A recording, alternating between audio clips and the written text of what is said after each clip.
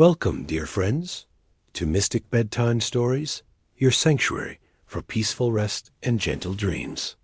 I'm here to guide you on a journey through time's forgotten chapters, where history whispers its secrets to those who listen with quiet hearts. Tonight, we travel together to an ancient world that has captivated scholars and dreamers alike for generations. A civilization so peaceful, so connected to the rhythm of the sea, that when it vanished, it left behind only whispers and wonder. As you settle into your comfortable space, let your breathing slow and deepen. Feel your shoulders release their tension. Tonight's story will carry you across thousands of years, to sun-warmed islands where the Mediterranean laps gently against. Ancient shores where palace walls once echoed with laughter and ceremony, and where mysteries still wait patiently beneath layers of time. Close your eyes if you wish, and let my voice be your vessel as we sail toward the island of Crete, toward a people who called themselves the children of the sea. Picture yourself standing on the deck of a small wooden vessel, its white sail billowing gently in the warm Mediterranean breeze. The year is perhaps 1500 before the Common Era, though time here seems to flow like honey, thick and golden under the eternal sun. Below you, the Aegean Sea sparkles in shades of turquoise and deep sapphire, each wave catching the light like scattered diamonds. The salt air fills your lungs, carrying with it the scent of wild herbs that grow along distant cliff tops. Oregano and thyme, rosemary and sage, their fragrances mingling with the clean, ancient smell of the sea itself. Your vessel moves with graceful purpose through waters that have witnessed the rise and fall of empires, yet today seem as timeless as when the world was young. As you sail southward, the outline of an island begins to emerge from the morning mist. Crete rises from the sea like a sleeping giant, its mountains draped in purple shadows, its coastline a gentle curve of golden beaches and small, sheltered harbors. This is your destination, though you do not yet know the wonders that await you. There, the island grows larger as you approach, revealing terraced hillsides where olive trees twist their silver-green branches toward the sky. These ancient trees have stood sentinel for centuries, their roots deep in soil that has nourished countless generations. Between the groves, you glimpse small white buildings with flat roofs, their walls warm with ochre and terracotta, as if the earth itself has been shaped by loving hands into homes for a peaceful people. Your boat enters a natural harbor, its waters so clear you can see fish darting between patches of seaweed far below. The harbor is busy, but not frantic. Other vessels bob gently at anchor, their crews moving with the unhurried rhythm of people, who understand that the sea sets its own pace, and wisdom lies in flowing with its currents, rather than fighting against them. On the shore, you see people going about their daily tasks. Women in flowing skirts, the color of morning sky, carry clay jars balanced gracefully on their heads. Their movements are fluid, almost dance-like, as if each step is part of an ancient choreography passed down through generations. Men tend to nets spread across the harbor wall, their weathered hands working with the patience that comes from a lifetime spent reading the moods of wind and wave. Children play at the water's edge, their laughter carried on the breeze like music. They chase small crabs between the rocks, their feet splashing in tidal pools that mirror the endless blue above. There is something different about this place, something that speaks to a part of your soul that recognizes peace when it encounters it. As your vessel's hull scrapes gently against the sandy bottom, you step into water warm as a bath, feeling the fine sand shift beneath your feet. You wade toward shore, each step bringing you closer to a world that exists in harmony with both sea and sky.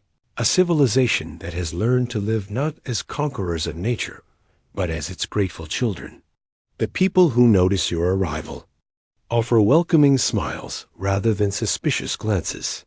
A young woman with dark hair, braided with small shells, gestures toward the path that leads inland.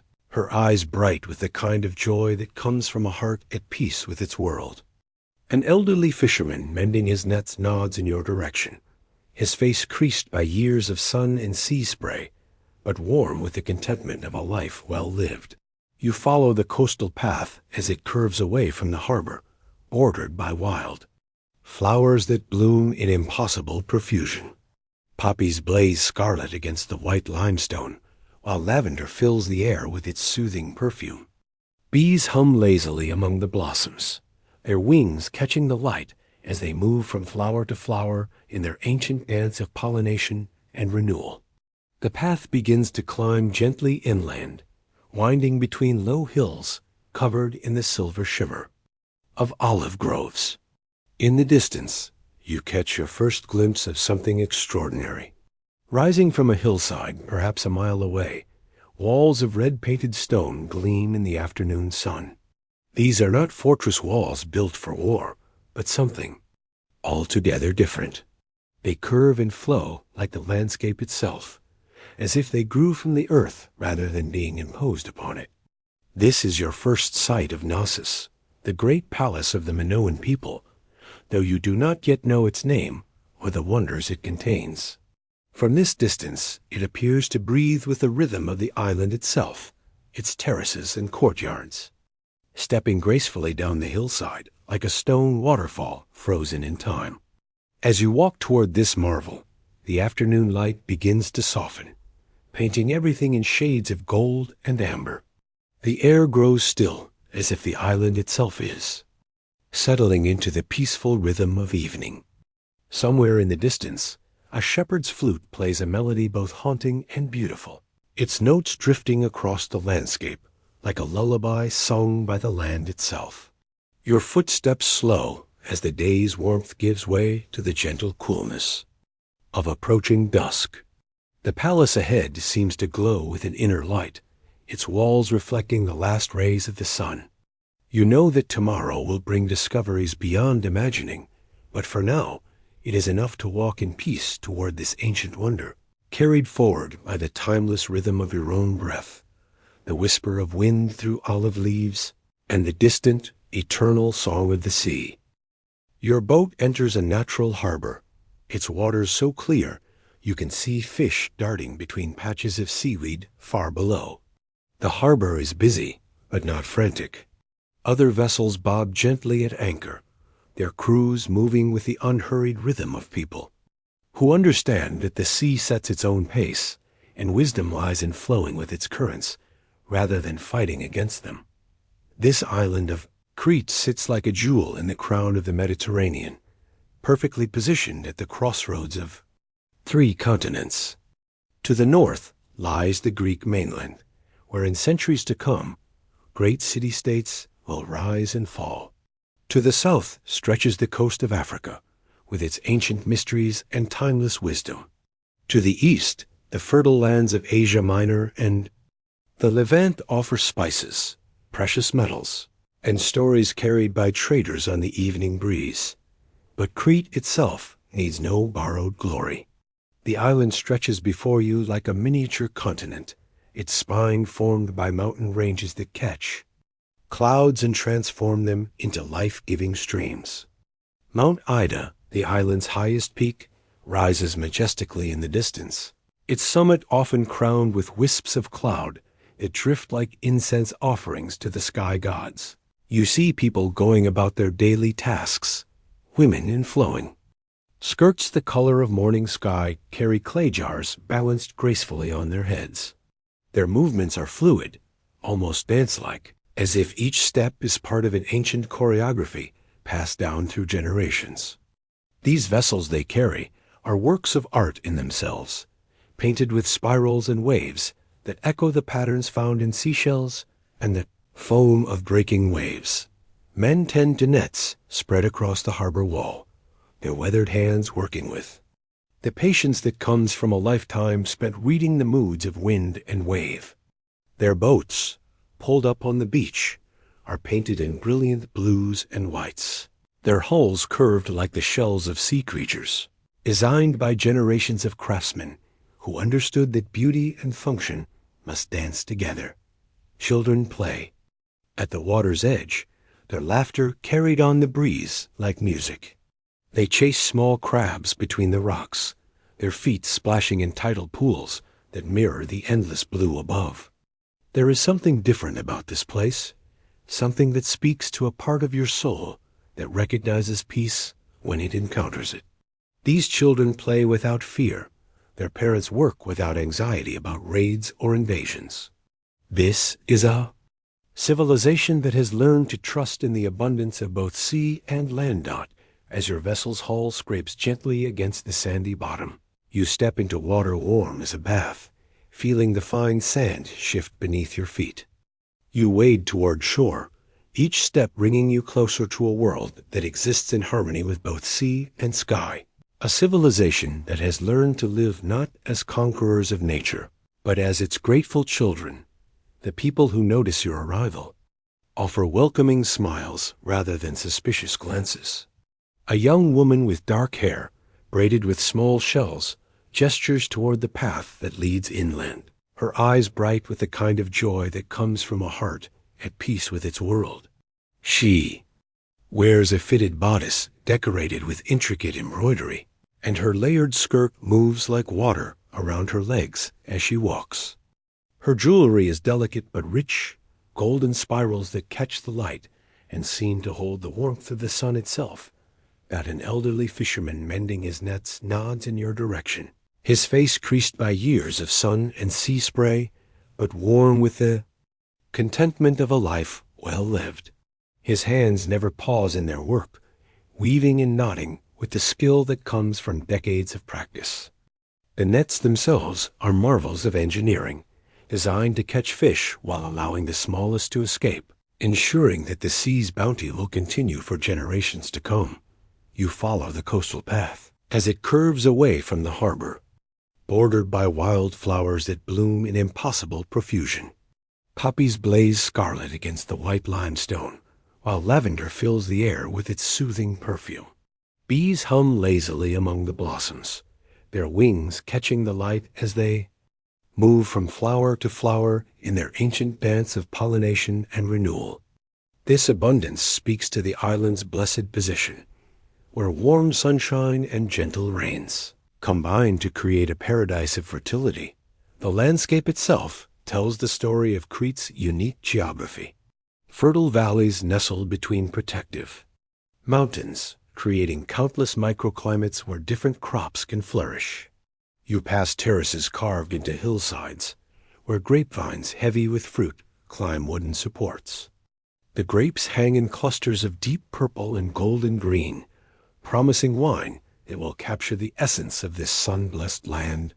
Olive groves stretch across the gentler slopes, their ancient trees gnarled and twisted into sculptures that speak of centuries of wind and weather.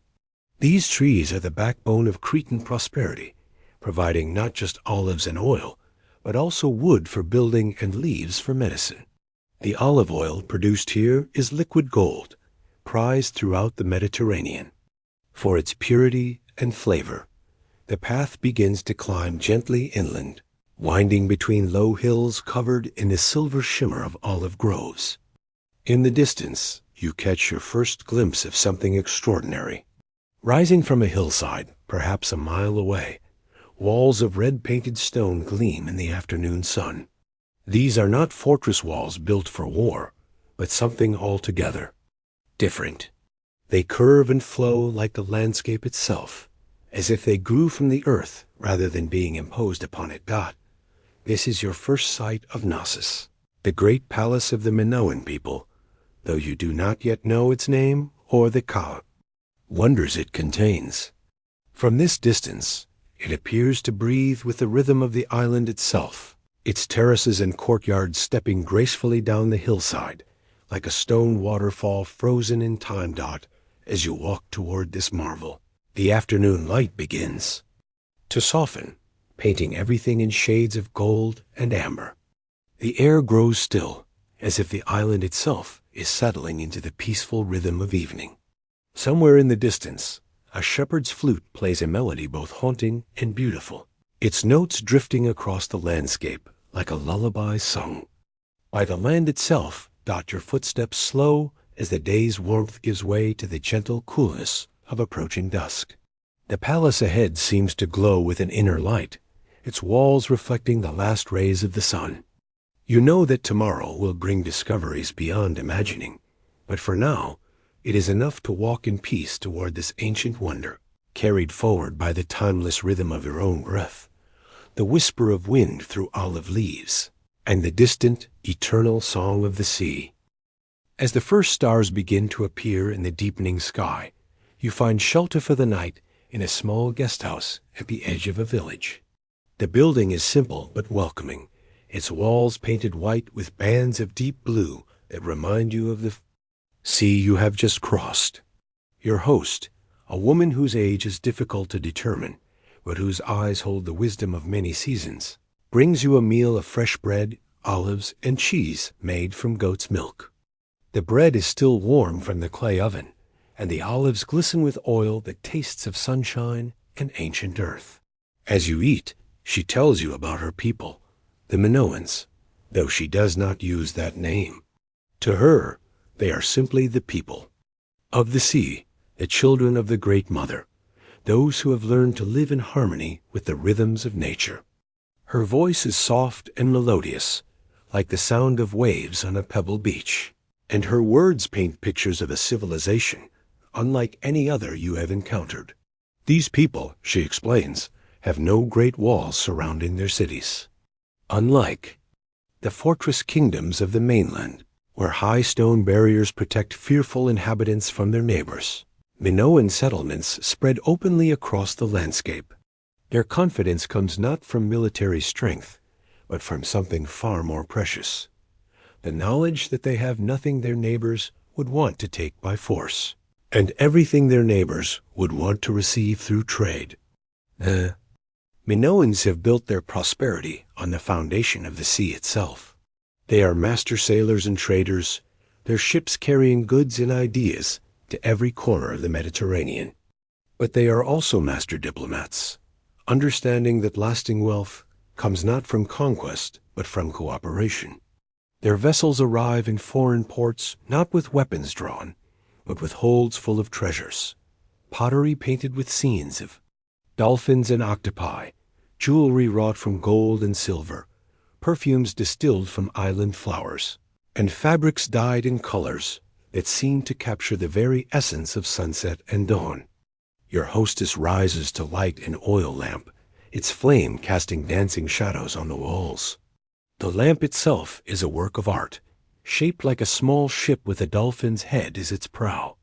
As the warm light fills the room, she continues her story, explaining how her people organize their society around the principle of balance rather than domination. The Minoans worship the Great Mother, a goddess who governs the cycles of life, death, and rebirth. But theirs is not a religion of fear or supplication. Instead, it is a celebration of the natural world's abundance and mystery. Their goddess is not a distant figure demanding sacrifice and submission, but a nurturing presence who reveals herself in the flight of birds, the growing of grain, the birth of children, and the endless dance of the tides. This spiritual foundation shapes every aspect of Minoan life. Their art does not glorify warfare or conquest, but celebrates the beauty of the natural world. Their architecture does not impose human will upon the landscape, but flows with the contours of hills and valleys. Their government does not rule through force, but through wisdom and consensus, with leaders chosen for their ability to maintain harmony rather than their skill in battle. Women hold positions of great respect in Minoan society. The goddess, a worship, is female, and earthly women are seen as her representatives. The priestesses who conduct the sacred rituals are among the most powerful figures in the community, their words carrying weight in matters both spiritual and practical. But this is not a society where one gender dominates another. Instead, men and women work together, each contributing their unique gifts to the common good. The lamp flame flickers as a gentle breeze enters through the open window, carrying with it the scent of night-blooming jasmine. Your hostess pauses in her narrative, her eyes reflecting the golden light as she gazes toward the darkened hills where the great palace sleeps. When she speaks again, her voice carries a note of wonder, as if she is describing something almost too beautiful to be real. The Minoans, she tells you, have mastered arts that other civilizations have barely imagined. Their palaces are not just centers of government, but marvels of engineering. They have systems of pipes that carry fresh water to every room, and channels that remove waste without fouling the living spaces. They have created courtyards that capture cooling breezes in summer and warming sunshine in winter. They have built storage facilities that can preserve grain for years, ensuring that their people never know hunger, even in times of poor harvest. But perhaps most remarkably, they have learned to live without the constant threat of war. There, young men do not spend their days training for battle, but learning crafts and trades that will benefit their communities. They study the movement of stars to guide their ships, the properties of metals to improve their tools, the habits of fish to increase their catches. They learn to paint and sculpt, to weave and dye, to compose music and poetry that captures the beauty of their island home. This does not mean the Minoans are naive about the world's dangers. They are accomplished sailors who understand the fury of storms and the treachery of hidden reefs. They are skilled hunters who can track wild boar through dense forests and bring down birds with arrows shot from moving boats. But they channel their courage and skill toward creation rather than destruction, toward building rather than tearing down. The evening has grown late, and through the window, you can see the Palace of Knossos silhouetted against the star-filled sky. Its walls seem to glow with a pale light, as if the very stones remember the warmth of the day's sun. Your hostess rises to trim the lamp's wick, and as the flame brightens, she offers you one final thought about her people. The Minoans understand, she says, that true strength comes not from the ability to destroy, but from the wisdom to nurture. They have learned that the greatest treasures are not gold or jewels, but the laughter of children, the trust of friends, the satisfaction of work well done, and the peace that comes from living in harmony with the natural world. Tomorrow, when you visit the great palace, you will see the fruits of this philosophy carved in stone and painted on walls, preserved for generations yet unborn. As you prepare for sleep, the sound of the sea drifts through the open window, its eternal rhythm a lullaby that has sung countless generations to rest. The Minoans sleep peacefully in their unwalled cities, protected not by stone and steel, but by the love they have earned through millennia of kindness, wisdom, and respect for all living things. Dawn arrives gently on Crete, painting the eastern sky in shades of rose and gold. You wake to the sound of birds singing in the olive trees and the distant bleating of goats being led to pasture. The air is fresh and sweet, carrying the scent of wild herbs warmed by the first rays of sunlight. Your hostess has prepared a simple breakfast of honey cakes and herbal tea, the honey golden and thick, tasting of the wild thyme flowers from which the bees gathered their nectar. After bidding farewell to your kind host, you set out along the path that leads toward the great palace. The morning light reveals details that were hidden in yesterday's twilight. The landscape is alive with color and movement. Butterflies dance among the wildflowers. Lizards bask on sun-warmed stones, and small birds flit through the branches of ancient olive trees whose trunks are so thick that 3 people holding hands could not encircle them. As you climb the gentle slope toward Knossos, the palace gradually reveals its true magnificence.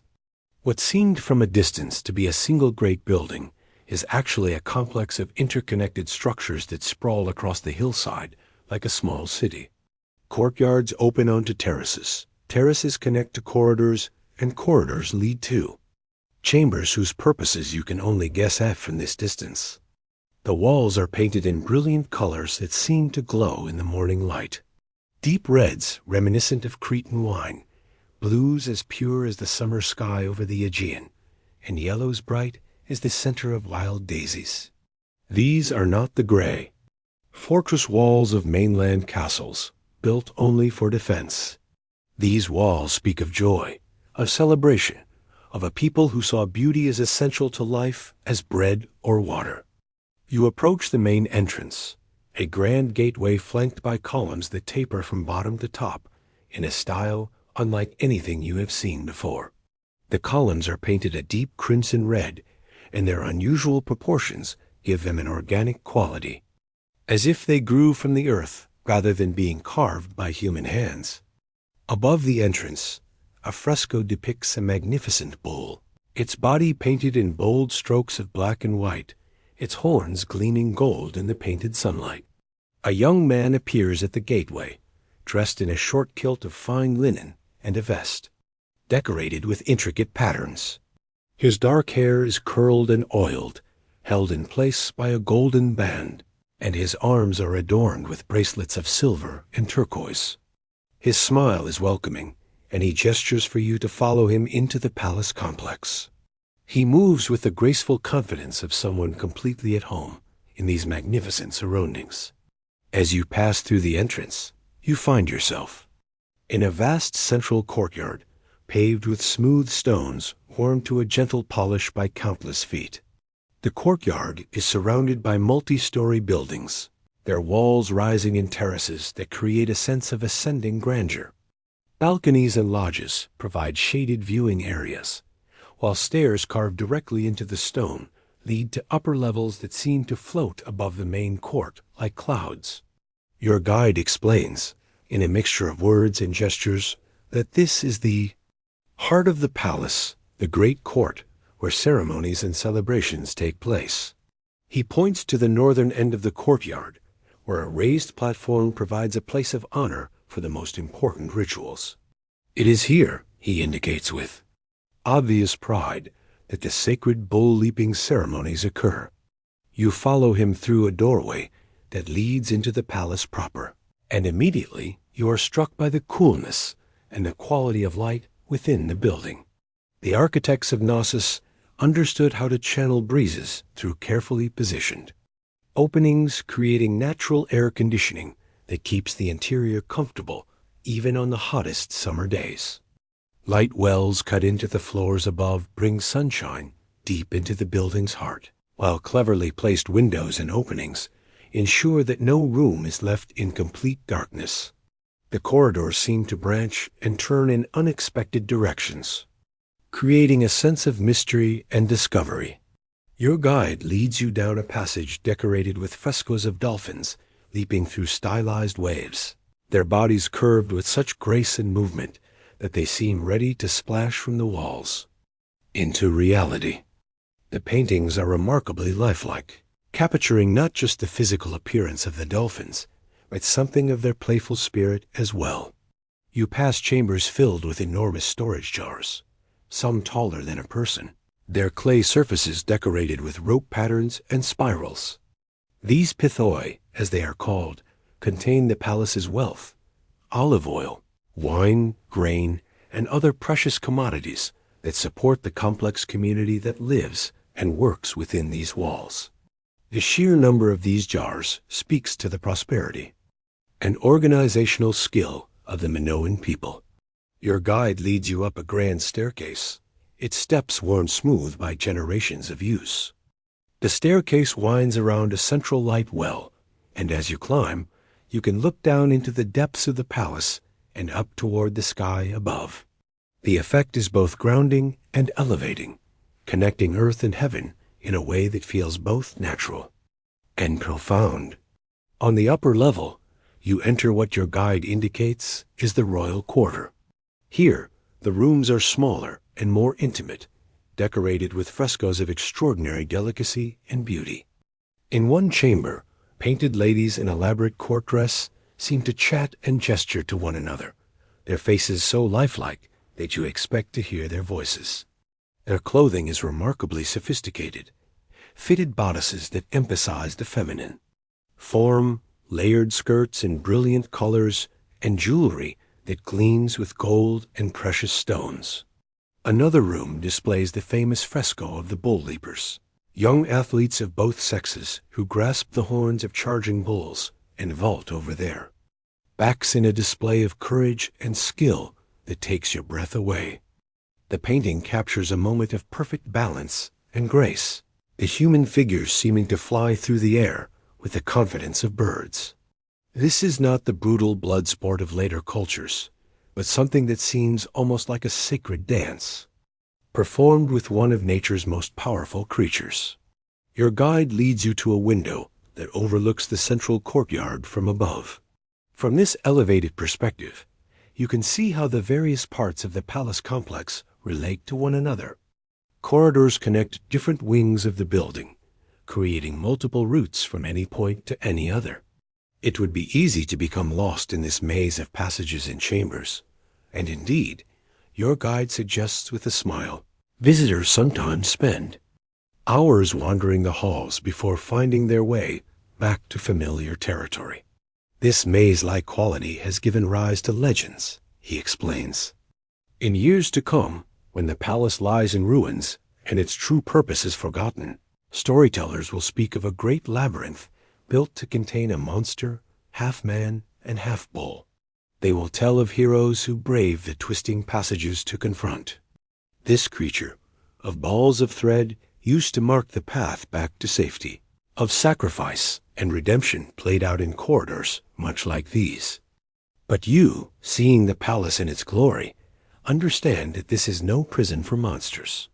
This is a celebration of complexity and beauty, a three-dimensional poem written in stone and paint, a place where art and function dance together in perfect harmony.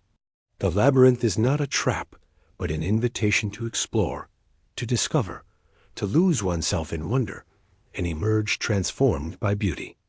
As the morning progresses toward noon, you find yourself in a quiet chamber overlooking a smaller courtyard where a fountain plays among flowering plants. The sound of falling water mingles with the distant calls of peacocks that wander freely through the palace gardens. Your guide brings you a cup of cool water flavored with mint, and as you rest in the shade of a painted portico, you begin to understand why this place has captured the imagination of every generation that has encountered it. Knossos is more than a palace. It is a vision of how human beings might live when they are guided by beauty rather than fear, by creativity rather than conquest. Every painted wall, every carefully carved column, every ingeniously designed drainage system speaks to a civilization that had learned to see art and life as inseparable companions. Here, in these sun-warmed corridors and peaceful courtyards, the Minoans created not just a home for their rulers, but a temple to the human spirit's highest aspirations. As we drift deeper into the world of ancient Crete, let your breathing slow and steady, like the gentle rhythm of waves against limestone cliffs. We find ourselves now within the sacred chambers of Knossos, where art and spirit dance together. In eternal harmony, the walls around us shimmer with colors that seem to breathe with life itself. Imagine walking through corridors where every surface tells a story, where every brushstroke carries the whispers of a civilization that understood beauty as a pathway to the divine. The Minoans painted not just to decorate, but to connect their earthly existence with the mysteries of the cosmos above and the fertile earth below. Here, in these hallowed halls, the color blue flows like liquid sky across the frescoes. This is not just any blue, but the sacred blue of the Mediterranean depths, ground from precious lapis lazuli that traveled across ancient trade routes to reach these island shores. The artists mixed this celestial pigment with reverence, knowing they were capturing a piece of heaven itself upon their palace walls. Look closely now, as your mind's eye adjusts to the soft lamplight flickering across these ancient masterpieces. You see dolphins leaping through painted waves, their sleek bodies curved in eternal joy. These creatures were sacred to the Minoans, messengers between the world of mortals and the realm of Poseidon, god of the seas that surrounded and protected there. island paradise. But it is the scenes of the bull dancers that draw your attention. Most powerfully, like a meditation that pulls you deeper into tranquility. These are not brutal spectacles of violence, but something far more profound and beautiful. The young men and women depicted here seem to float through the air with impossible grace, their bodies forming perfect arcs over the backs of massive sacred bulls. Watch as the painted figures tell their timeless story. A young woman approaches. The great bull, her dark hair adorned with flowers, her bronze skin gleaming with oils blessed by the priestesses. She does not approach with fear, but with the serene confidence of one who has prepared her entire life for this sacred moment. Her bare feet whisper across the smooth stone floor of the ceremonial courtyard, and the bull, magnificent in his power, seems almost to welcome her presence. This is the ancient ritual known to us now as bull leaping, though the Minoans knew it by names lost to time, sacred words that spoke of transformation, of courage, of the eternal dance between human spirit and natural force. The young dancers, both male and female, represented the very best of Minoan society, chosen not for their strength alone, but for their spiritual purity, their connection to the goddess who watched over all life on Crete. The bull himself was no ordinary creature, but a sacred being, fed on the finest grains and honey, his horns polished until they gleamed like burnished gold in the Mediterranean sun. He was the earthly embodiment of divine masculine power, while the dancers represented the flowing, adaptive grace of the feminine principle. Together, they created a harmony that the Minoans believed kept their world in perfect balance. As you watch this ancient ceremony unfold in your mind, feel how different it is from the violent spectacles of other civilizations. There are no weapons here, no bloodshed, no conquest of one being over another. Instead, there is cooperation, trust, and a breathtaking display of human potential when it works in harmony with the natural world rather than against it. The painted dancers seem to move in slow motion, their bodies describing perfect geometries as they vault over the bull's broad back. Some grasp the great horns and use them as leverage to propel themselves into graceful somersaults.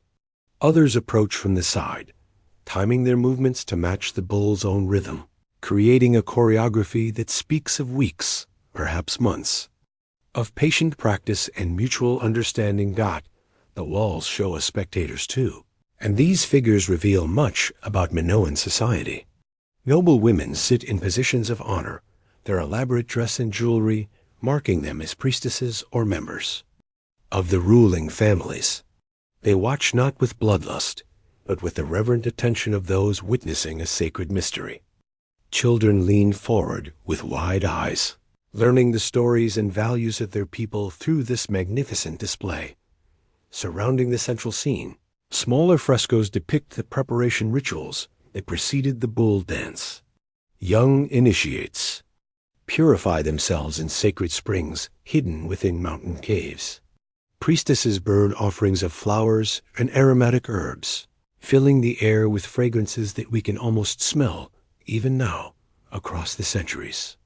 Musicians play lyres and double flutes, their melodies creating an otherworldly atmosphere that elevated the ceremony beyond mere entertainment into the realm of the truly sacred.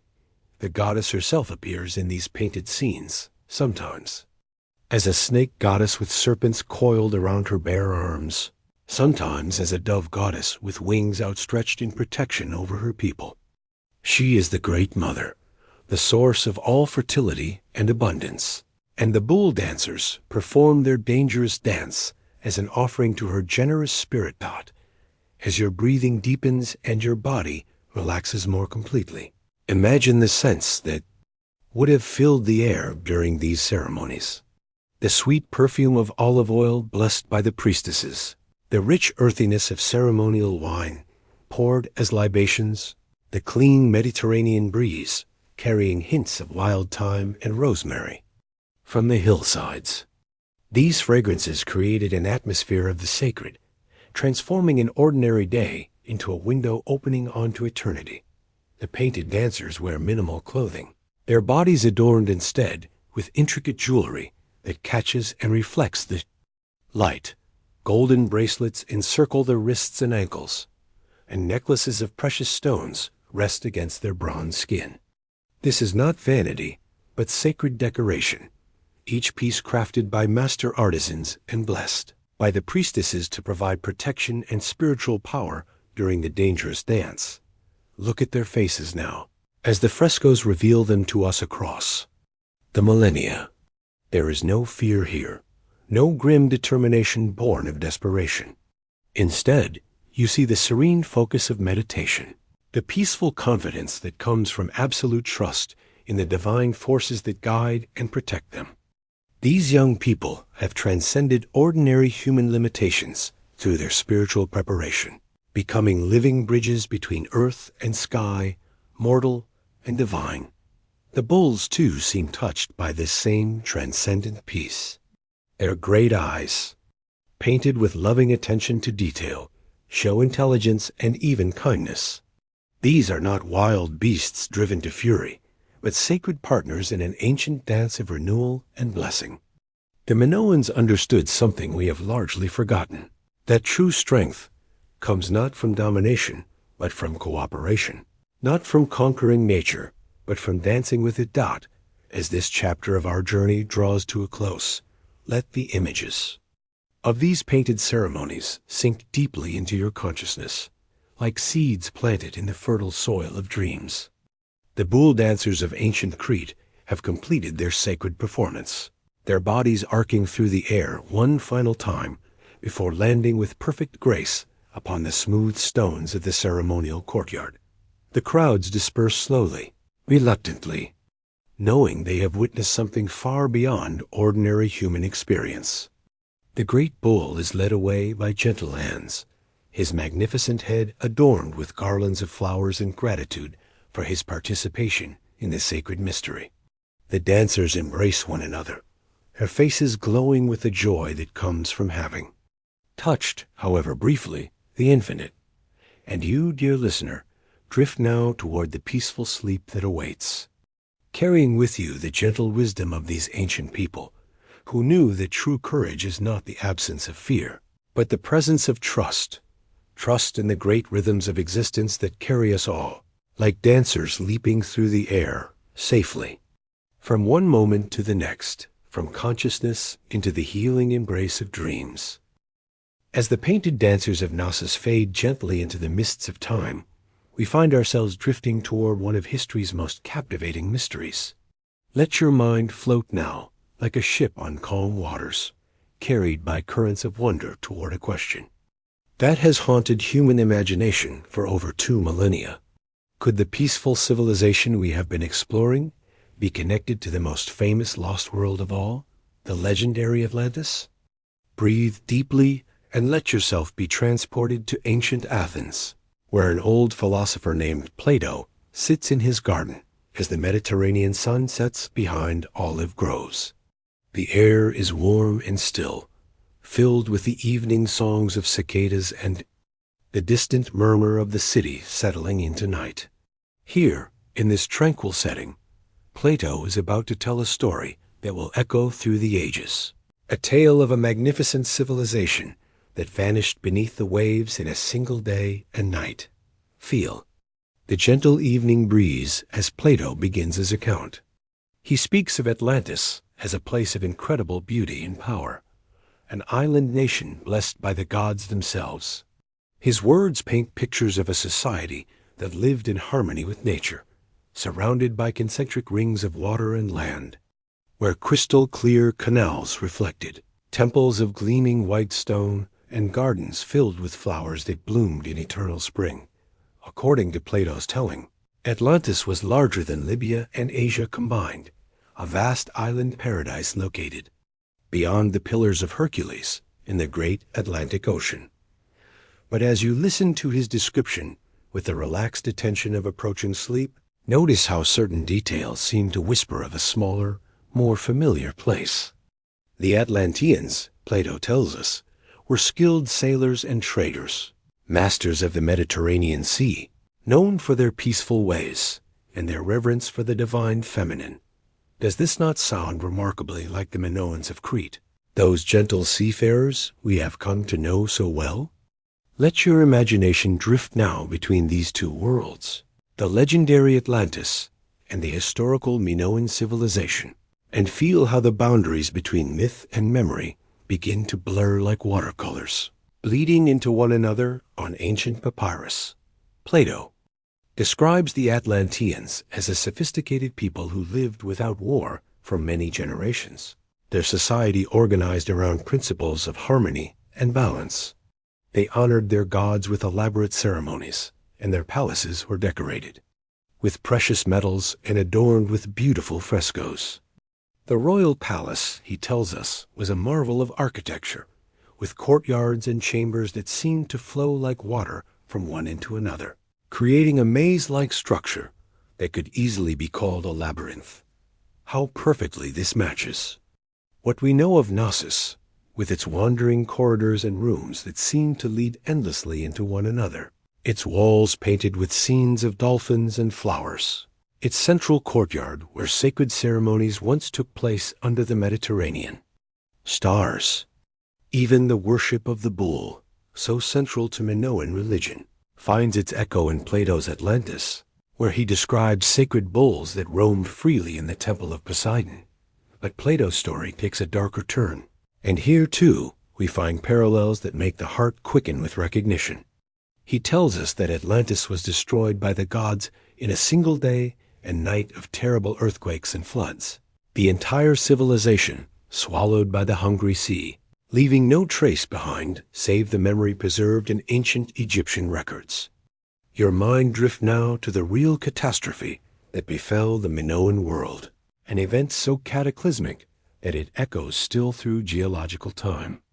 Imagine yourself floating high above the Aegean Sea on that fateful day some 3,500 years ago, when the island of Thera, which we now call Santorini, housed one of the most powerful volcanoes on Earth. Not feel the strange stillness that preceded the disaster, a quietness so profound that even the seabirds seemed to hold their breath. The sea itself grew unnaturally calm, its surface like polished bronze reflecting the clear blue sky. On Crete, barely 70 miles to the south, the Minoan people went about their daily lives, tending their olive groves, painting their frescoes, preparing for the evening's sacred ceremonies. But deep beneath Thera, forces beyond human comprehension were building toward a moment of release that would reshape the ancient world. The Earth's molten heart was rising, seeking escape through the volcano's throat, carrying with it the power to split mountains and boil seas. When the moment came, it arrived with a violence that defies imagination. The entire island of Thera exploded with the force of hundreds of atomic bombs, sending columns of ash and burning rock miles into the sky. The sound of the explosion rolled across the Mediterranean like the voice of an angry god, heard as far away as Egypt and Mesopotamia, but it was what followed that truly sealed the fate of the Minoan world. The explosion created a void where the island's center had been, and into this void the sea rushed with titanic fury. When these massive volumes of water met the molten heart of the volcano, they flashed instantly to steam, creating pressure waves that raced outward in all directions at the speed of sound. Imagine now the great tsunamis that followed, walls of water taller than the highest palace towers, racing across the Aegean at impossible speeds. These were not ordinary waves, but liquid mountains carrying within them the power to erase civilizations from the face of the earth. They struck the northern coast of Crete with devastating force, surging inland for miles, sweeping away everything in their path. The great palaces that had stood for centuries were inundated in moments.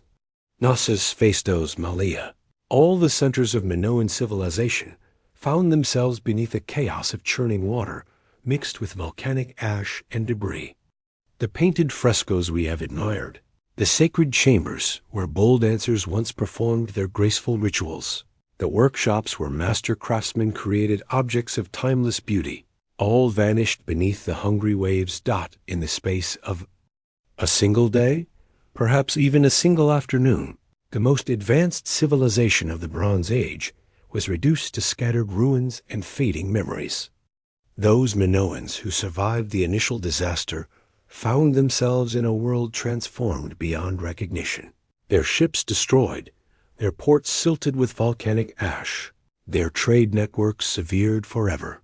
And yet, as you float in that peaceful space between waking and sleeping, consider how death can sometimes give birth to immortality. The Minoan civilization may have perished in the Great Catastrophe, but its memory lived on, passed down through generations of storytellers until it reached the ears of Egyptian priests, who in turn shared it with Greek travelers like Solon, who eventually carried the tale to Athens and to Plato. Perhaps what we call the legend of Atlantis is actually the collective memory of humanity, preserving in mythical form the story of a real civilization that once graced our world with its beauty and wisdom. The details may have changed over the centuries of retelling. Atlantis became an ocean island rather than a Mediterranean one. Its size grew in the telling, its timeline shifted by thousands of years. But the essential truth remained, the memory of a peaceful, sophisticated people who lived in harmony with the sea until the earth itself rose up to claim them. There is something deeply comforting in this possibility, like finding an old photograph in an attic, connecting us to ancestors we thought were lost forever. The Minoans may have vanished from history, but they never truly died. They live on in every story of Atlantis, in every dream of a golden age when humanity lived in balance with nature, in every hope that such a world might someday exist again. As this chapter draws to its close, let yourself rest in the gentle wisdom of this ancient mystery. Whether Atlantis was a real place or a beautiful dream matters less than the truth it carries. The reminder that human beings are capable of creating societies of extraordinary beauty and peace. The Minoans showed us this possibility once, and perhaps their memory, preserved in the legend of Atlantis, continues to inspire us toward that same noble vision. The waves that destroyed their palaces have long since receded, but the dreams they nurtured continue to wash gently against the shores of human consciousness, carrying us, like sleeping passengers on a ship of stars, toward the peaceful harbor of restorative sleep. As we drift deeper into the ancient world, let your breathing slow to match the rhythm of gentle waves lapping against forgotten shores. We find ourselves now in the hours before dawn on what would become one of the most consequential days in human history, a day when the earth itself would reshape the destiny of an entire civilization. Picture yourself floating like a seabird, high above the Aegean Sea on this morning 35 centuries ago. Below you stretches an ocean of deepest blue, dotted with islands that rise from the depths like sleeping giants. The largest of these is Crete, already stirring with the activities of early morning as Minoan. Fishermen prepare their boats, and palace servants kindle the first fires of the day. But it is to the north that your attention is drawn, to a perfectly circular island that seems to float on the water like a lotus blossom. This is Thera, known to us now as Santorini, and in these peaceful morning hours it appears as a paradise of whitewashed villages and terraced vineyards climbing the slopes of what the inhabitants believe to be a dormant mountain. Feel the warm Mediterranean breeze as it carries the scents of wild herbs and sea salt across the water. The people of Thera are beginning their day much as they have for generations. Children run through narrow streets between houses painted the color of sea foam, while their mothers hang laundry that will flutter like prayer flags in the gentle wind. Fishermen check their nets one final time before heading out to waters that have provided abundance for countless generations. What none of them could possibly know, is that beneath their feet lies one of the most powerful forces in all of nature. The mountain they call home is not dormant, but merely sleeping.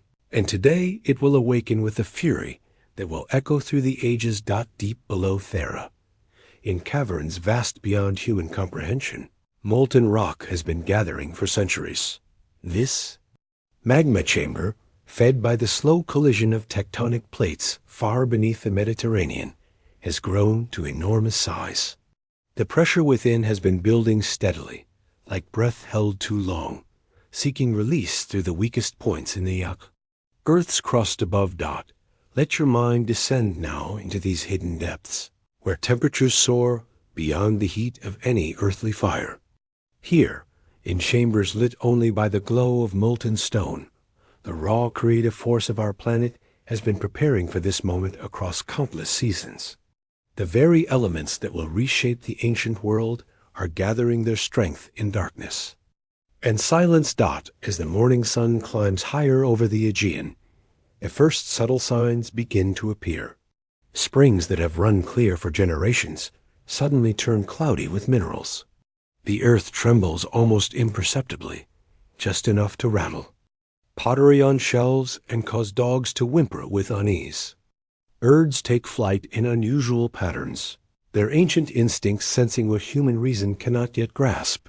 On Crete, the Minoans go about their daily rituals, unaware that this will be their last ordinary morning.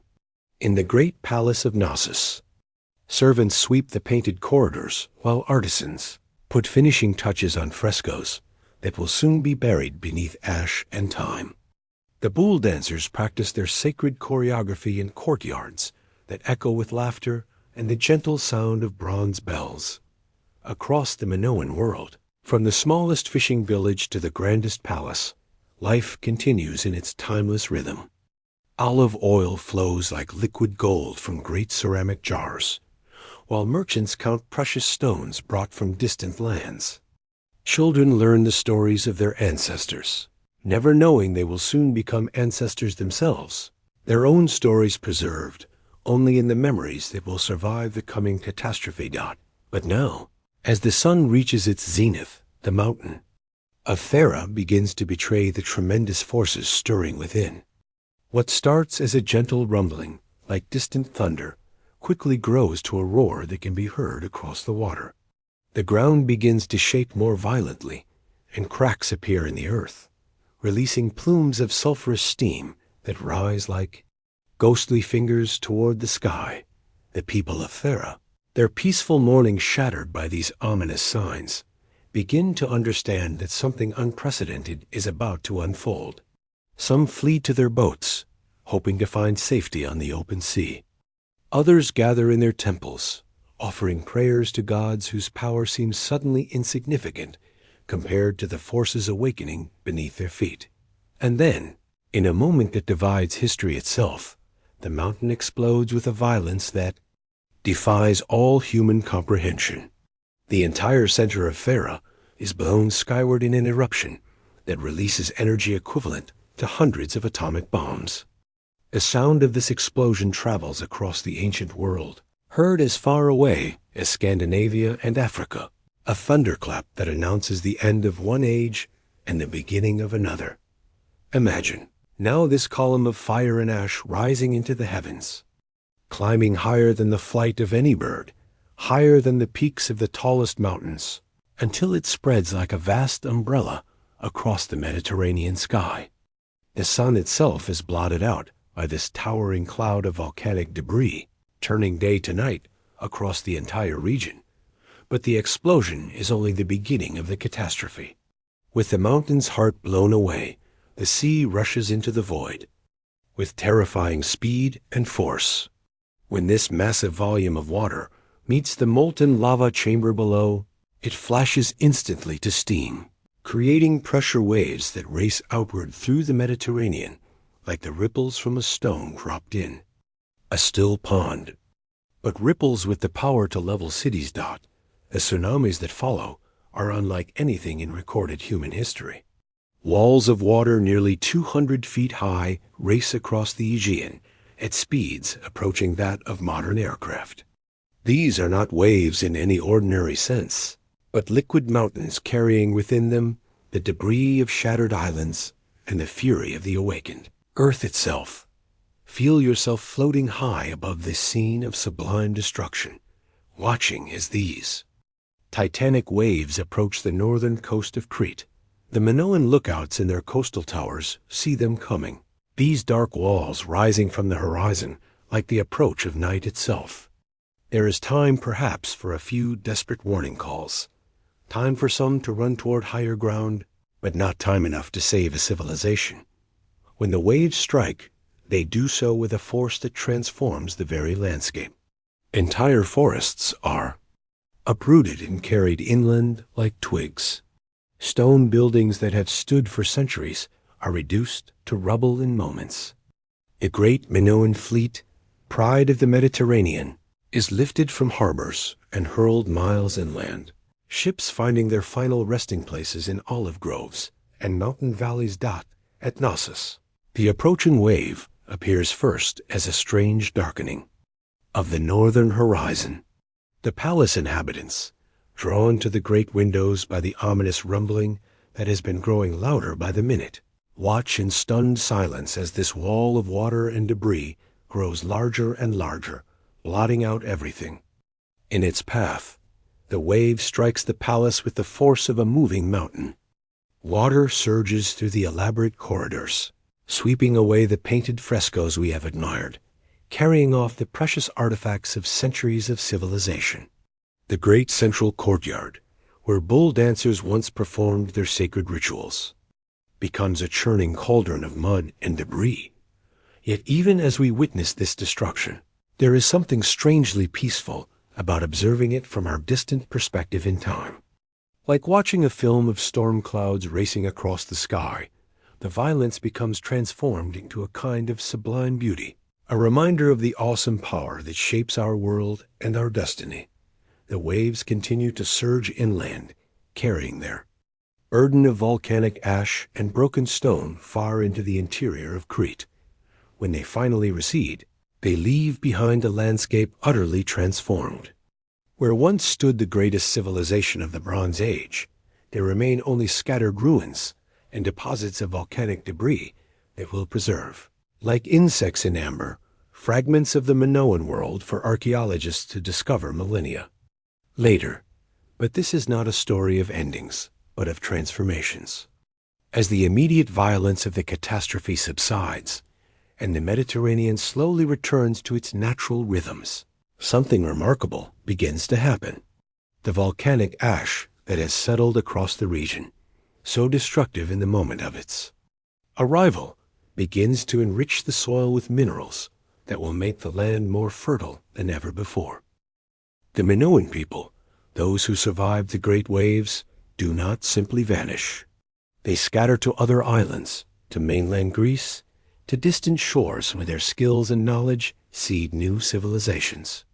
They carry with them not just their crafts and their stories, but their deep understanding of how to live in harmony with the natural world, lessons that will influence human culture for generations to come.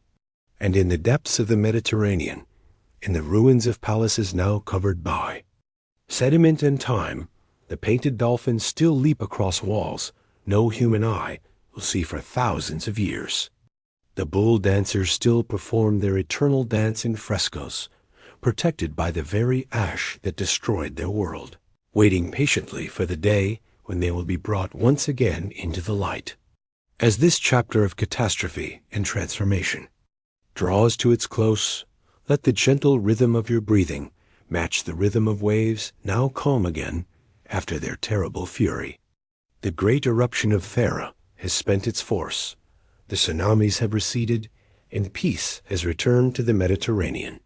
The stars emerge once more from behind the clouds of ash, and the sea reflects their ancient light as it has for countless ages.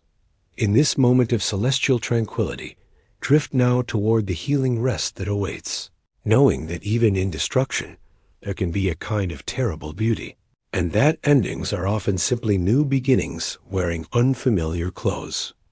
In the gentle twilight that follows great storms, we find ourselves witnessing something far more mysterious than the dramatic catastrophe that has just passed. As your breathing settles into the peaceful rhythm of approaching sleep, let your mind drift to the years that followed the great eruption, when the Minoan world entered not a sudden death, but a slow, graceful fade into memory, like watercolors bleeding softly into the grain of ancient papyrus. The immediate fury of Thera's explosion has subsided, and the Mediterranean has returned to its eternal blue tranquility. Yet something fundamental has shifted in the world of the Minoans. It is not that their civilization ended in a single moment of destruction, for many of their palaces survived the great waves, and many of their people lived to see the sun rise again over Crete's olive-covered hills. Instead, what we witness in the decades that followed is something far more subtle and perhaps more profound. Picture yourself walking through the corridors of Knossos in the years after the catastrophe, when the palace still stood, but seemed somehow different, like a familiar melody played in a minor key. The painted frescoes remain on the walls, their colors still vibrant in the Mediterranean light that streams through windows and light wells. The dolphins still leap across their painted seas, and the bull dancers still perform their eternal choreography in chambers where the sound of footsteps now echoes with a loneliness unknown in earlier times. But something essential has departed, a vitality that once flowed through these halls like the lifeblood of the earth itself. Feel the strange quiet that has settled over the Minoan world, a silence not of death but of withdrawal, as if an entire civilization has chosen to turn inward, to step back from the grand stage of Mediterranean history and retreat into the private chambers of memory and dream. This is not the silence of ending, but the silence of transformation, like a butterfly resting in its chrysalis before emerging in an entirely new form. The great trade networks that once connected Crete to every corner of the ancient world have been severed, not by warfare or political upheaval, but by the simple recognition that the age of Minoan dominance has passed. Ships still sail from Cretan harbors, but they carry different cargoes now, and their destinations are closer to home.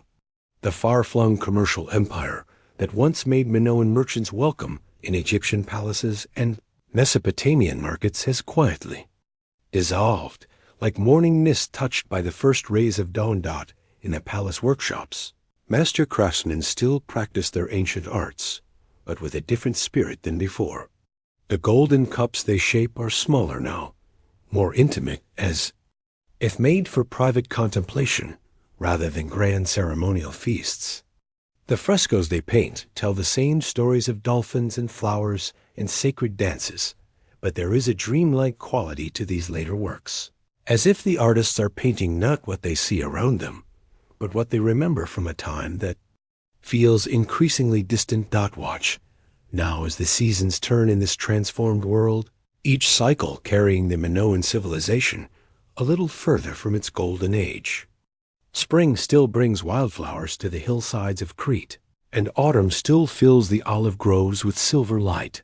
But the great festivals that once celebrated these eternal rhythms grow smaller each year, attended by fewer participants who seem to be going through motions whose original meaning has begun to fade.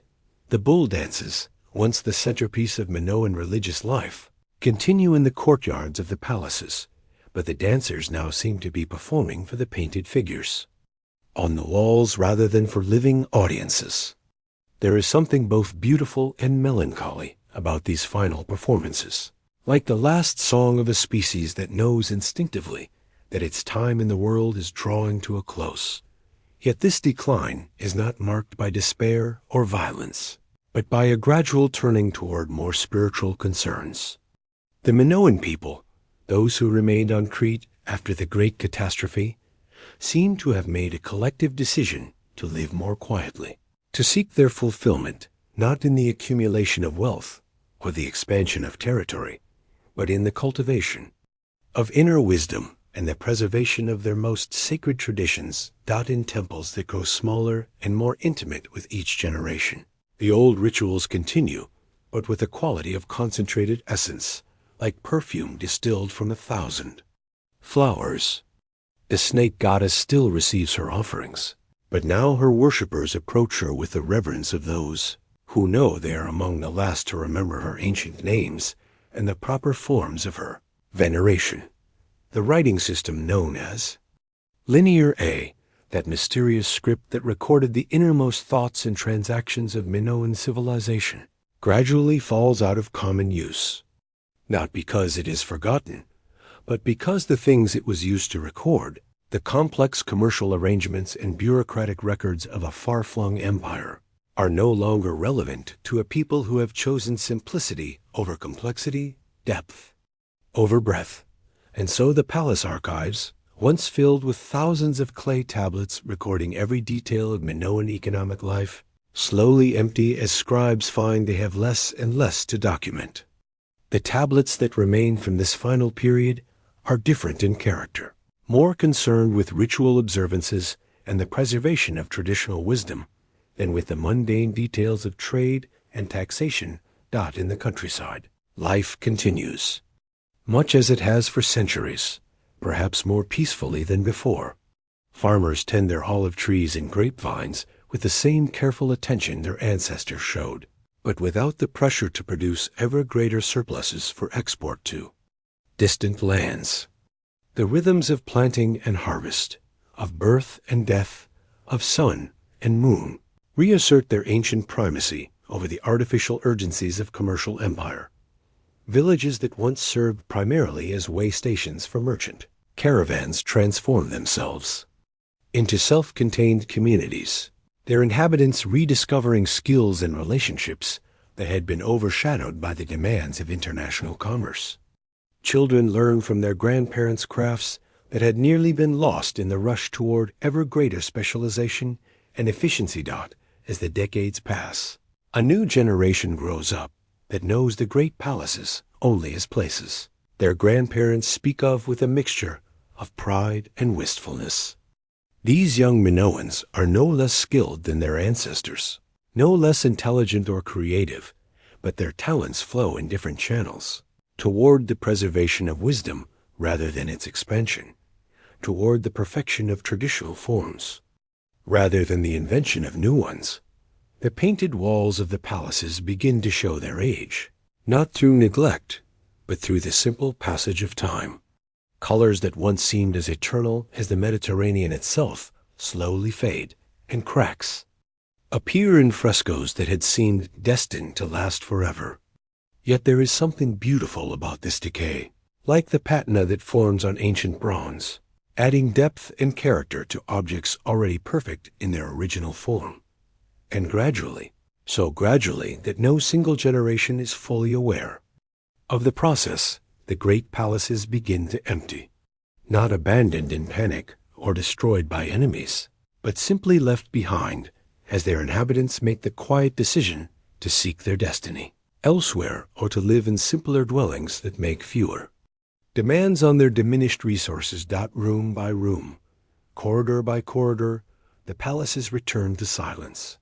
The last footsteps echo through chambers where countless generations had lived and loved and dreamed. And then even the echoes fade away, leaving only the painted figures on the walls to maintain their eternal vigil over spaces that have returned to the realm of memory and myth. Yet this is not a story of failure or defeat, but of conscious choice, of a civilization that recognized when its time of dominance had passed and chose to withdraw gracefully rather than fight futilely against the turning of history's great wheel. In their gentle decline, the Minoans showed the same wisdom they had displayed in their golden age, the understanding that true strength sometimes lies in knowing when to let go. As this chapter draws to its close, let yourself rest in the profound peace that comes from acceptance, from the recognition that all things, no matter how beautiful or powerful, must eventually transform into something new. The Minoans are leaving their palaces now, but they carry with them the essential wisdom of their civilization, the knowledge of how to live in harmony with the rhythms of the natural world. Their painted dolphins will continue to leap across walls that no human eye will see for thousands of years, and their sacred dances will continue in the movements of waves against the shore, in the flight of birds across the Aegean sky, in the dreams of all who learn to find the eternal within the temporal, the sacred within the ordinary, the profound. Peace that comes when we surrender to the gentle current that carries us all toward the vast ocean of restorative sleep. Time passes like waves upon ancient shores, and memories, like sediment, settle into the collective soul of humanity. Though the great palaces of Crete fell silent, though the last Minoan artisan laid down their brush for the final time, the essence of this remarkable civilization did not simply vanish into the Mediterranean mist. Instead, it transformed, becoming something far more enduring than stone and mortar. It became legend. Picture, if you will, the generations that followed.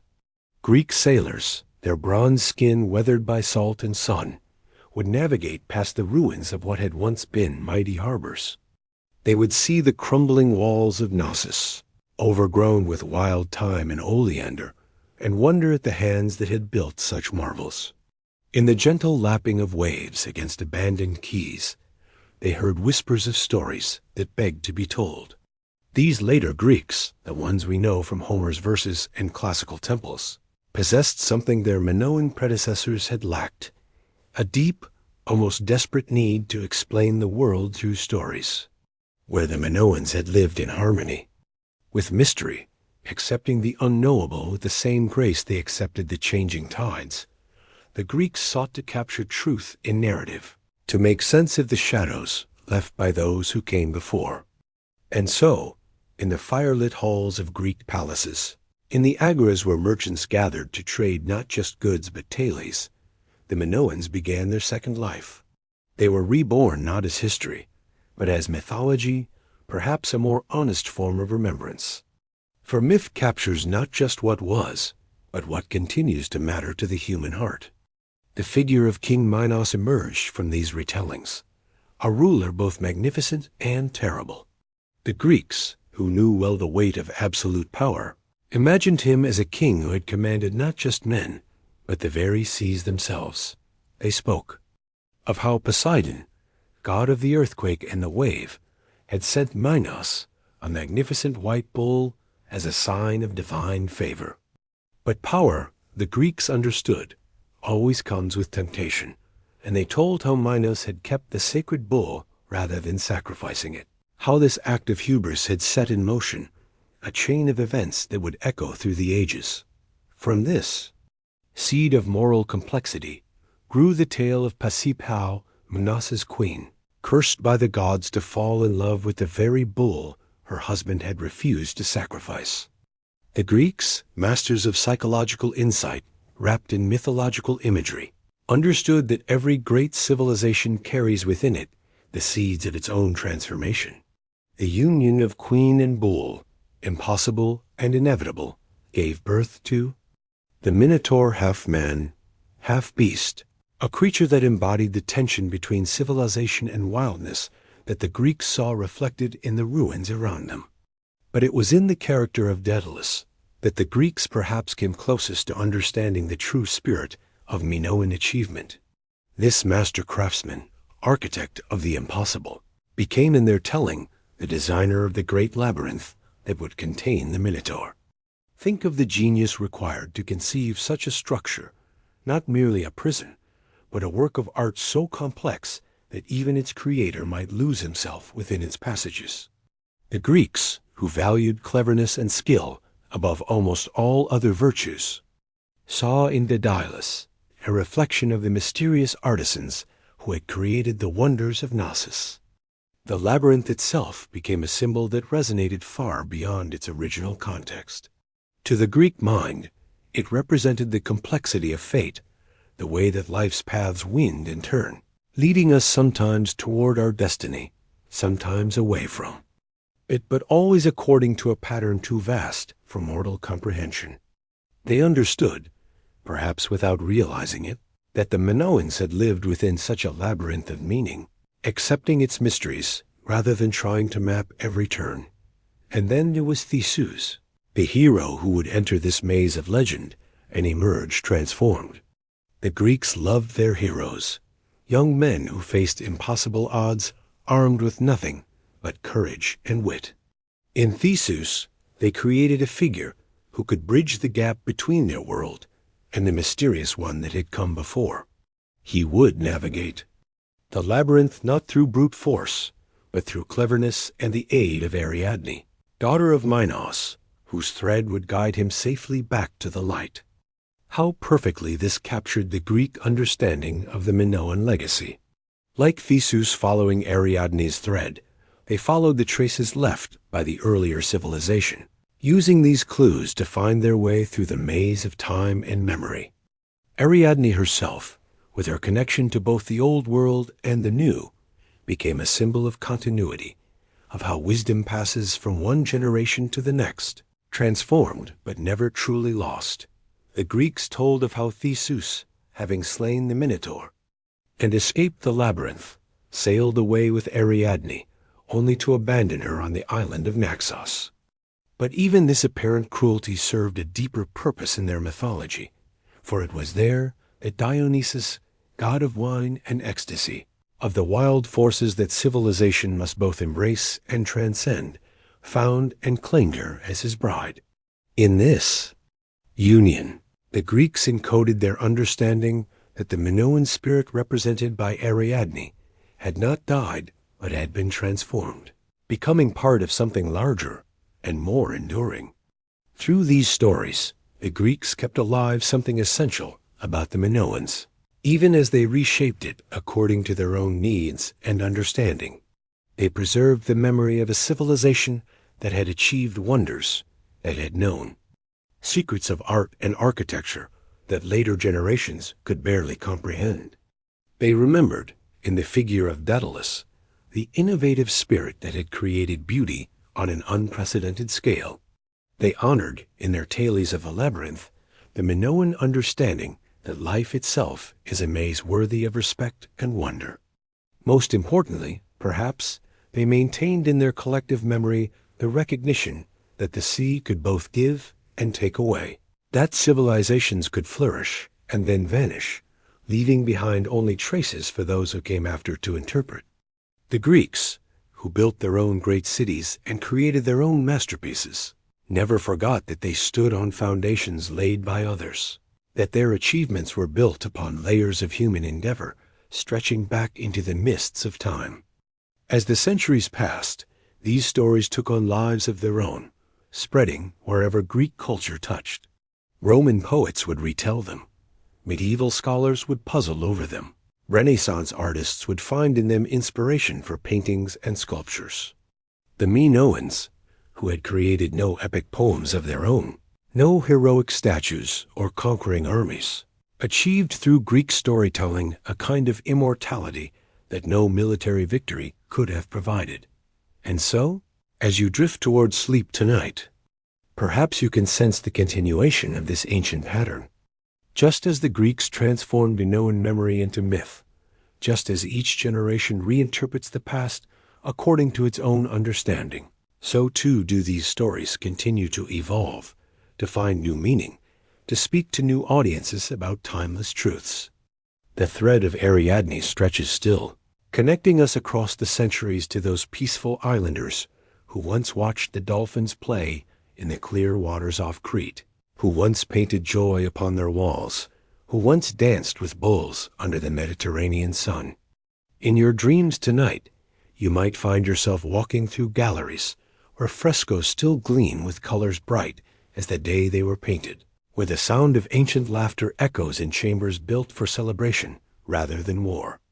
And if, in those dreams, you catch a glimpse of a figure in flowing robes, holding a ball of golden thread, know that Ariadne still guides travelers through the labyrinth of time, ensuring that the beauty created by human hands, the wisdom learned by human hearts, never truly disappears, but finds new forms, new voices, new dreams in which to live again.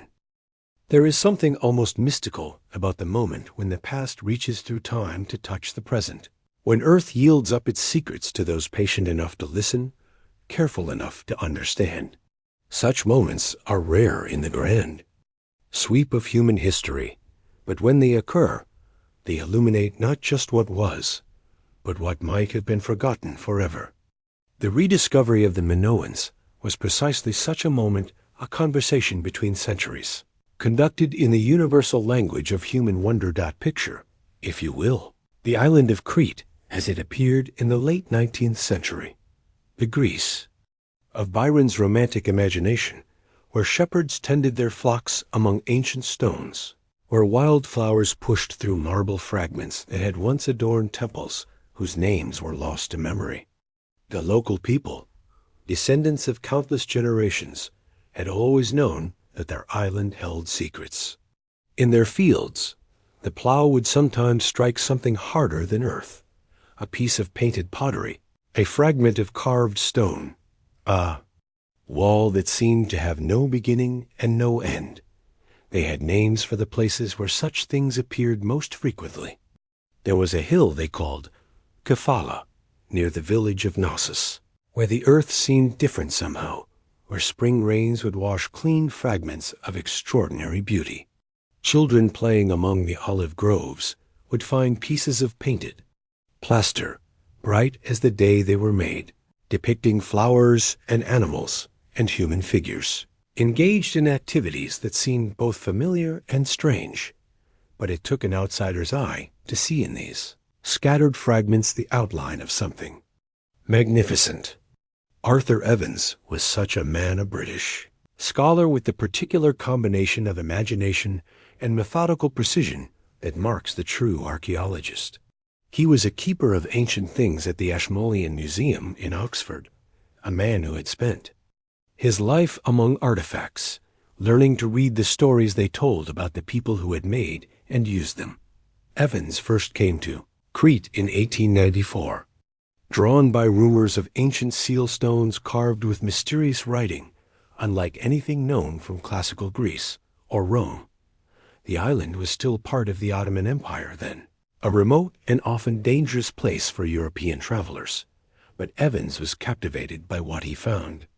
In the markets of Heraklion, local people would bring him small carved stones, beautiful beyond description, covered with symbols that seemed to dance across their surfaces like some form of writing from a dream.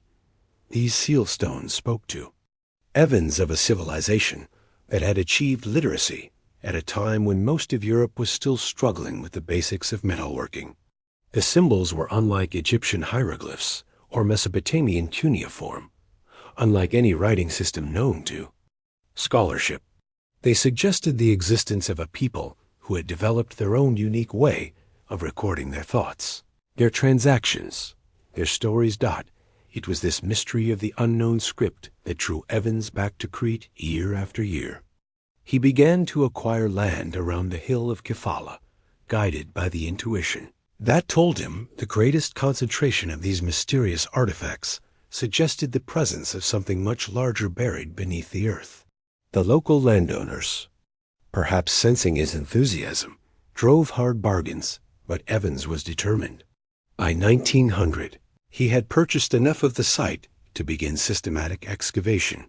What happened next was like watching a flower bloom in reverse, as layers of earth and time were carefully peeled away to reveal what lay beneath. The first season of digging was revelatory in ways that even Evans, with all his scholarly imagination, had not anticipated.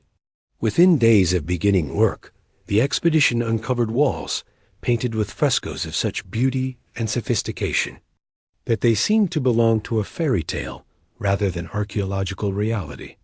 There were dolphins leaping through blue waters that seemed to move with the light, their forms so lifelike that visitors would swear they could see them swimming.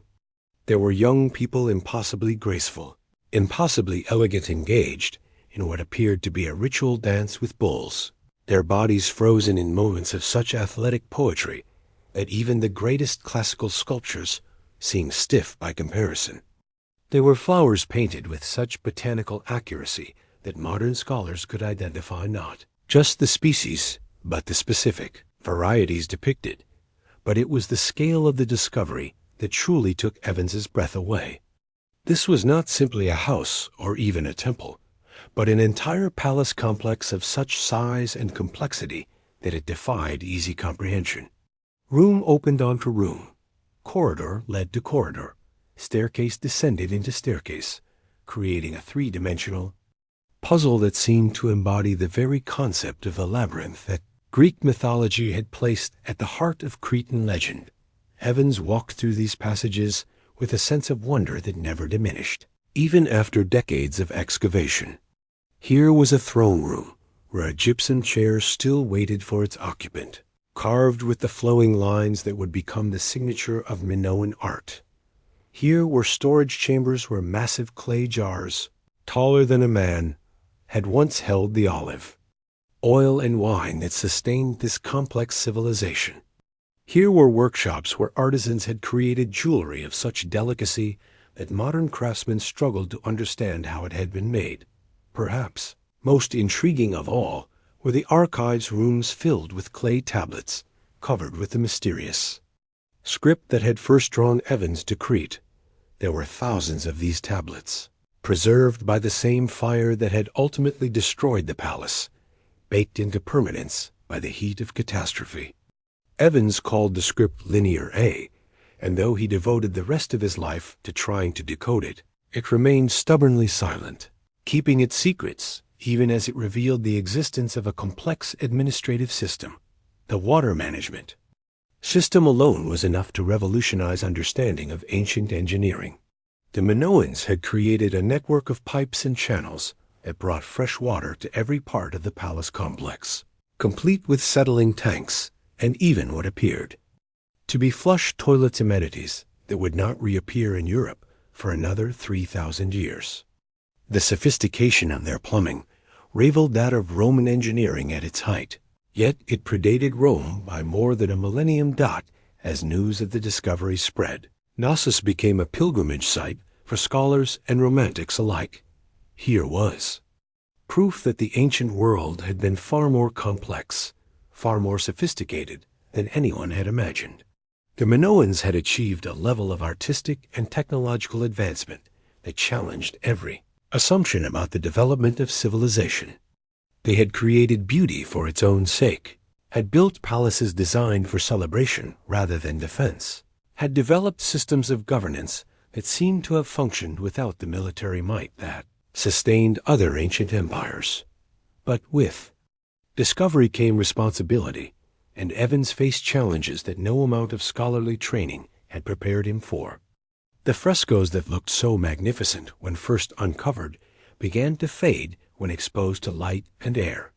The structural elements of the palace, weakened by centuries of earthquake and erosion, threatened to collapse under their own weight. Evans found himself not just an archaeologist, but a conservator, forced to make decisions about how much restoration was appropriate, how much interpretation was justified. His solutions were sometimes controversial, but they were driven by a deep love for what he had found and a determination to share it with the world. He reconstructed portions of the palace using modern materials, painting new frescoes to replace those too damaged to preserve, rebuilding walls and columns according to his understanding of Minoan architectural principles. Critics would later argue that he had created as much as he had discovered, but visitors who walked through his restored passages often reported the same sense of wonder that had first seized Evans himself. The work continued for decades, each season bringing new discoveries that added depth and complexity to the picture of Minoan civilization. There were other palaces at Phaistos, at Malea, at Zakros, each with its own character, but all sharing the fundamental Minoan approach to architecture as an art form designed to celebrate life rather than intimidate enemies. There were country houses and sacred caves, workshops and harbors, all contributing pieces to a puzzle that grew more fascinating the more complete it became. Perhaps most remarkable of all was the gradual realization that the Minoans had created a civilization without precedent in the ancient world, a society that seemed to have achieved prosperity and sophistication without the military emphasis that characterized every other ancient power. Their art celebrated nature and human joy. Their architecture invited rather than excluded, Their technology served beauty as much as function. They had created something unique in human history, a civilization based on trade rather than conquest, on cooperation rather than domination. As you settle into sleep tonight, imagine yourself walking through those passages that Evans first explored more than a century ago, feeling the same sense of wonder that has drawn visitors from around the world to this remote island in the Mediterranean. Picture the painted dolphins still swimming through blue waters, the graceful figures still dancing their eternal dance with bulls, the flowers still blooming in colors bright as the day they were painted. The earth has told its story, but the story continues to unfold, continues to inspire, continues to whisper its secrets to those patient enough to listen, careful enough to understand. And so we come to the end of our journey through time, to the shores where memory meets mystery, where the ancient world reaches across millennia to touch our modern hearts. We have walked together through the corridors of Knossos, witnessed the grace of bull dancers frozen in eternal motion, felt the Mediterranean breeze that once filled the sails of Minoan ships carrying precious cargo to distant lands.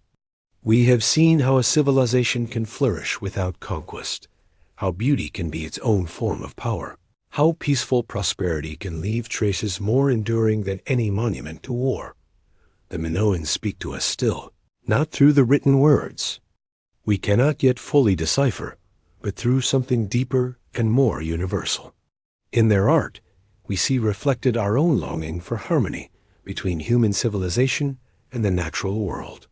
In their architecture, we recognize our desire to create spaces that celebrate life rather than merely shelter it. In their apparent absence of fortifications, we glimpse the possibility of societies built on cooperation rather than competition, on trade rather than tribute. Perhaps this is why the legend of Atlantis has proven so enduring, why Plato's tale of a perfect civilization lost beneath the waves continues to capture imaginations 24 centuries after he first told it. Whether or not the Minoans were the historical basis for that philosophical myth matters less than what both represent: our deep human intuition that something better is possible, that we need not accept conflict and scarcity as the natural order, that somewhere in our past lies evidence of a different way of being in the world. The waves that lap against the shores of Crete today carry the same rhythm they carried 4,000 years ago when Minoan children played at the water's edge, when merchants calculated their profits in the shade of palace walls, when artisans mixed their pigments to create colors that would outlast empires. Time moves like those waves, carrying away the surface of things while leaving the deeper currents unchanged. The dolphins still leap in Mediterranean waters. The flowers still bloom in spring valleys. The olive trees still bend in ancient rhythms before the eternal wind. Not in your dreams tonight, you might find yourself standing on a terrace overlooking the sea, watching the sun set beyond islands whose names are whispered only by the waves. You might hear, carried on the evening breeze, the echo of music played on instruments whose forms we can only imagine, songs sung in a language whose meaning we can only feel. You might see, in the play of light on water, the shadows of ships that sailed these waters when the world was young, carrying not weapons of war, but gifts of beauty, tokens of friendship, evidence of humanity's capacity to create rather than destroy. The Minoans understood something that we are still learning, that true civilization is not measured by the height of its walls or the sharpness of its swords, but by the joy it creates, the beauty it preserves, the harmony it maintains between human aspiration and natural law. They built their palaces not as fortresses but as celebrations, decorated them not with scenes of conquest, but with images of dance and festival, of young people leaping with impossible grace over the horns of sacred bulls, of processions carrying gifts rather than weapons. This is their gift to us across the centuries. Not just the physical beauty of their art, not just the technical sophistication of their engineering, but the example of their choices. They show us that it is possible to be prosperous without being predatory, sophisticated without being cynical, powerful without being destructive. They remind us that the highest achievements of human civilization have always come not from our ability to dominate our environment, but from our capacity to live in creative partnership with it. As the night deepens around you, as your breathing slows and your mind begins its gentle drift towards sleep, carry with you this vision of what was and what might be again. Let the image of those painted dolphins guide you into dreams where the sea is always calm, where the flowers bloom in colors bright as hope, where the laughter of children echoes through palace halls, built for joy rather than defense. The whispers from the sea continue, carried on currents that connect past and future, speaking of possibilities that lie not behind us in some golden age, but ahead of us in choices we have yet to make. The Minoans live on, not just in museums and archaeological sites, but in every moment when we choose creation over destruction, cooperation over competition, beauty over mere utility. They live on in our dreams of better worlds, our visions of peaceful prosperity, our deep certainty that somewhere in the human heart lies the blueprint for civilizations, built on love rather than fear. Sleep now. And in your sleeping, let yourself be carried by those ancient currents to shores where dolphins play in crystal waters, where palaces rise not as monuments to power, but as temples to human possibility, where the eternal dance between earth and sea, between mortal aspiration and divine mystery, continues in rhythms as old as time itself. The waves whisper still of Crete, of Knossos, of people who understood that the greatest treasures are not gold or silver, but the moments of beauty we create together, the harmony we achieve between our deepest dreams and our daily lives. Listen to those whispers as you drift toward sleep, and know that in your dreams, the Minoan world lives on, perfect and eternal, waiting for you to visit whenever you need reminding of what human beings are capable of when they choose the path of peace. And so ends another journey through the mists of time, another exploration of the mysteries that connect us to our shared human past. This has been Mystic Bedtime Stories, where ancient wisdom meets modern wonder, where the forgotten voices of history whisper their secrets into the quiet of the night. If this tale of the Minoans has stirred something in your imagination, if you found comfort in these whispers from across the centuries, we invite you to join our growing community of dreamers and wanderers. Subscribe to Mystic Bedtime Stories and ring the notification bell so you'll never miss our latest journeys through time. From the sacred groves of Celtic druids to the hidden chambers of Egyptian pyramids, from the floating gardens of Aztec cities to the silk roads that connected distant civilizations, there are countless stories waiting to be rediscovered. Countless mysteries that can soothe your mind and transport your spirit. Share this video with someone who might need the gentle escape of a bedtime story, someone who finds peace in the distant past, someone who believes, as we do, that the ancient world still has wisdom to offer our modern hearts. Leave a comment below telling us which lost civilization you'd like to explore next, which forgotten corner of human history calls to your imagination. Your suggestions help guide our voyages through time, ensuring that we visit the places and peoples that speak most deeply to your souls. Support our channel by giving this video a gentle thumbs up if it's helped you find the peaceful state of mind that leads to restful sleep. Your engagement helps us reach other weary travelers who might benefit from these nightly journeys, other seekers who find solace in the stories of those who came before us. For those who wish to dive even deeper into these mysteries, visit our channel page where you'll find carefully curated playlists organized by region and era. Whether your heart is drawn to the misty isles of the Atlantic, the sun-baked temples of the Mediterranean, or the jade cities of distant Asia, we have voyages waiting to carry you away on wings of wonder. Remember, dear listeners, that every great civilization began with dreamers who dared to imagine something better, people who looked at the world around them and envision what it could become, rather than simply accepting what it was. The Minoans were such dreamers, and in learning their story, we honor not just their memory, but our own capacity to create beauty, to choose peace, to build bridges across the waters that seem to separate us. As you settle into your pillows tonight, as your eyelids grow heavy with the weight of peaceful exhaustion, know that you carry within you the same spark that inspired the palace builders of Knossos, the same creative fire that moved ancient artists to paint dolphins on palace walls.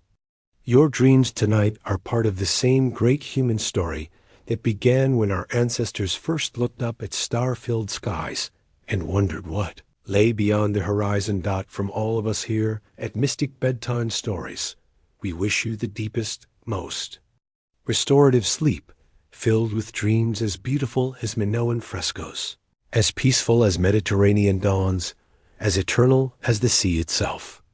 Until we meet again on another mystical journey through time, sleep well, dream beautifully, and remember that you are part of a story that stretches back to the very beginning of human wonder. Good night, dear dreamers. The ancient world is calling, and your dreams are the bridge that carries you home.